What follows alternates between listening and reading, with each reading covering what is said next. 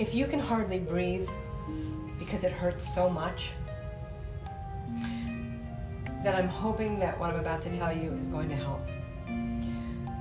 I have rescued so many dogs and I've had so many pets in my lifetime. And I've gone through so much heartache and so much pain because losing them is like losing a piece of yourself. You know, there's nothing like owning an animal in this world because they love us unconditionally, and it's the closest thing we have to God's love. And when that love has taken away from us and we no longer have that, and we look at an empty bed or an empty food bowl or an empty, playpen or toy they used to play with, it just, you can't describe the pain. It just is the most heaviest, saddest, emptiest feeling you'll ever feel. When I moved from my house in New Jersey, I buried all my dogs and cats and birds and what have you there as a child in the backyard with little tombstones and dates that they were born and they passed. And when I left that piece of property behind, I felt like they died all over again. I literally went through a grieving process because I felt like I left them behind. But knowing that it was just their bodies and that they became part of the earth and their souls went over the Rainbow Bridge to heaven, where I know I'm going to see them again one day, because we will see them again one day. I know we will. I feel it in my heart. And they still send us signs, even though they're not here. Just like people, they send you signs. Animals do too. And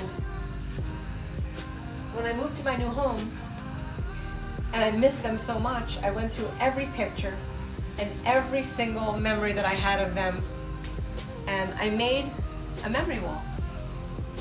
And when I'm feeling sad and I miss them and I'm lonely, I come here and I just sit quietly and I talk to them, to Cody, to Daisy, to Vera, to Gloria, and it makes me feel better. So try that. In my book, Anchors and Paws, which, I look at all of your posts and they make me so sad because I know how much you're hurting because I've been there. And it inspired me to write Anchors and Paws. I had written, those of you that know me, I wrote Anchored in Light to help through the grief and loss of a loved one. But I think that pet grief is also real, and we also need to work through that, and we need help doing that because sometimes it's so painful and so overwhelming that we don't know what to do. We don't even know if we can take the next breath.